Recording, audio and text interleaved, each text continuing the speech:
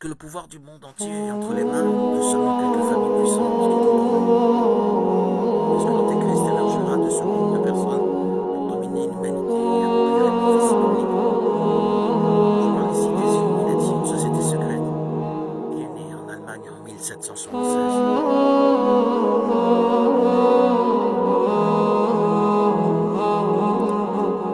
Selon les croyances, le groupe des Illuminati a été créé dans le but d'établir un nouvel ordre mondial unissant les pouvoirs politiques, économiques et religieux. Le premier en 1776, cinq hommes se sont réunis dans une ville du royaume de Bavière, aujourd'hui en Allemagne, et ont fait un pacte pour créer une société secrète. Cette société s'appellerait les Illuminati. L'un de ces cinq hommes était l'avocat Adam Mosher. Il était influencé par les idées des Lumières et voulait créer un nouveau monde basé sur la connaissance et l'éducation. Pour cela, il a proposé quelque chose de grandiose. Les peuples de toutes les nations devraient s'unir dans une seule croyance et créer une forme de gouvernement unique, connue sous le nom de Nouvel Ordre Mondial. Depuis lors, cette idée a influencé de nombreux penseurs et artistes de diverses manières. Et un excellent exemple en est le chanteur John Lennon, qui a écrit la chanson que nous connaissons tous, Imagine, où l'artiste demandait d'imaginer un monde sans nation, religion et guerre. La caractéristique la plus marquante des Illuminati est la manière intéressante de manipuler les personnes, surtout les plus riches, intelligentes et puissantes. La preuve en est que peu de temps après sa création, le groupe des Illuminati comptait déjà des milliers de membres dans toute l'Allemagne, ce qui a conduit le gouvernement à persécuter ces personnes et à les emprisonner sous l'accusation de conspiration contre la patrie. À l'époque, un décret a été signé interdisant la création de sociétés secrètes dans le pays et les Illuminati ont été déclarés éteints. Mais soyons honnêtes, comment le gouvernement allemand pourrait-il garantir qu'une société secrète impliquait autant de personnes riches, puissantes et intelligentes s'éteindrait simplement parce qu'une loi avait été créée contre elle?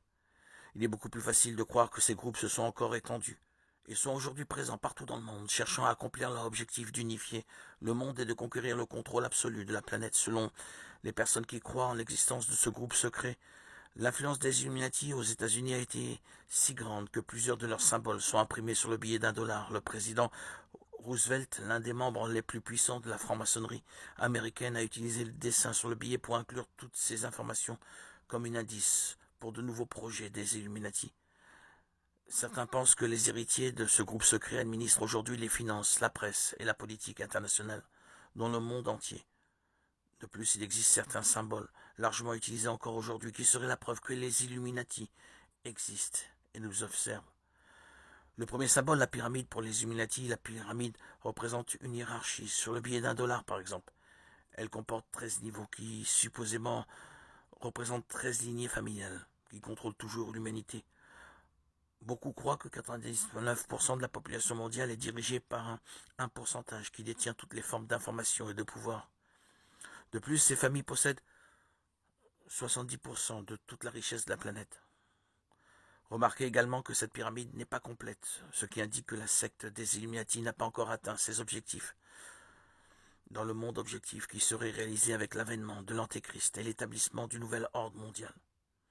Le deuxième symbole, l'œil qui voit tout, c'est le symbole le plus étroitement lié au groupe secret des Illuminati présent à de nombreux endroits, également sur les billets américains d'1 dollar qui portent l'inscription Mi secentos en Tentes, l'année de l'indépendance des États-Unis et de manière coïncidente l'année de la fondation des Illuminati. L'œil qui voit tout symbolise le grand architecte qui observe ce que nous faisons. Le troisième symbole, la flamme éternelle. La flamme est peut-être le symbole le plus fort des Illuminati, transmettant l'idée que les membres de ce groupe secret sont les véritables illuminés. Ce n'est pas par hasard que la statue de la liberté créée par le franc-maçon Frédéric Bartholdi porte une torche pour beaucoup. Elle représente l'établissement du nouvel ordre mondial. Le quatrième symbole, la chouette, est généralement associé à la connaissance.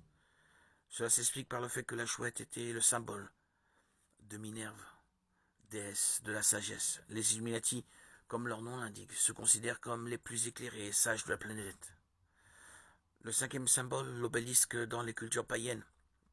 Les obélisques symbolisent le contrôle de l'autorité sur le peuple. Les Illuminati utilisent les obélisques pour représenter leur pouvoir incommensurable et gigantesque, plaçant des obélisques dans presque toutes les grandes villes du monde. Combien de fois avez-vous admiré un obélisque? Sans vous douter qu'il pourrait être un symbole de ce groupe. Le sixième symbole, le pentagramme. Le pentagramme inversé est connu pour son association à l'occulte et au rituel satanique. À l'origine, c'était un talisman contre les démons, mais aujourd'hui il est considéré comme un symbole du mal, même utilisé par les satanistes. Le président Washington a engagé le franc-maçon Pierre l'enfant pour concevoir la capitale du pays. Washington DC. Sur la carte de la ville, on peut remarquer une version du pentagramme à l'envers. Le septième symbole, le nombre 666, est le nombre ou la marque de la bête associée à l'antéchrist, est utilisé par de nombreuses personnalités publiques comme un hommage aux Illuminati. Ce geste que nous faisons généralement pour montrer que tout va bien, selon les Illuminati, la représentation de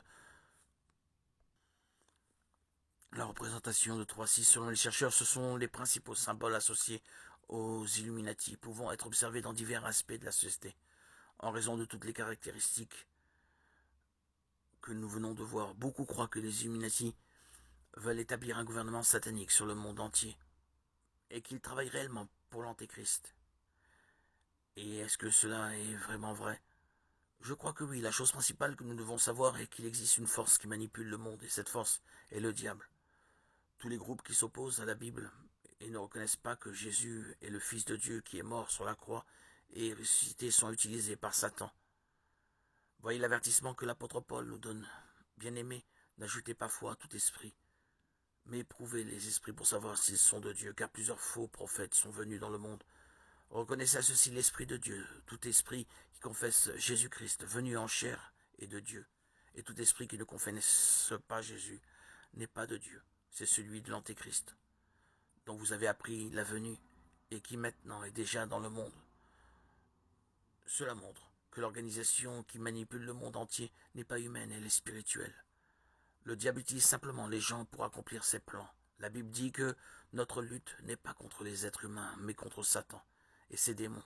Et même s'il existe ce groupe secret appelé les Illuminati, ils ne sont pas plus puissants que Dieu, et c'est pourquoi nous n'avons pas besoin d'avoir peur d'eux. Je sais que nous pouvons nous sentir impuissants avec tant de nouvelles, selon lesquelles le mal se propage dans le monde et que nous sommes manipulés par des organisations si puissantes. Mais Jésus a clairement indiqué que le diable, le prince de ce monde, est déjà condamné. Il essaie même de paraître fort, mais il sait que sa destruction est proche, et c'est pourquoi il fait tout pour amener les gens à la perdition. Alors, confiez votre cœur et votre vie à Jésus, car lui seul a le pouvoir de détruire l'ennemi.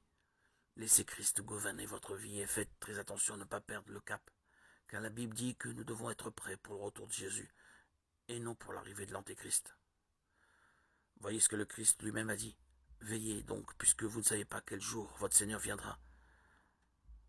Sachez-le, si le maître de la maison savait à quelle veille de la nuit le voleur doit venir, il veillerait et ne laisserait pas percer sa maison. C'est pourquoi vous aussi tenez-vous prêts, car le Fils de l'homme viendra à l'heure où vous n'y penserez pas.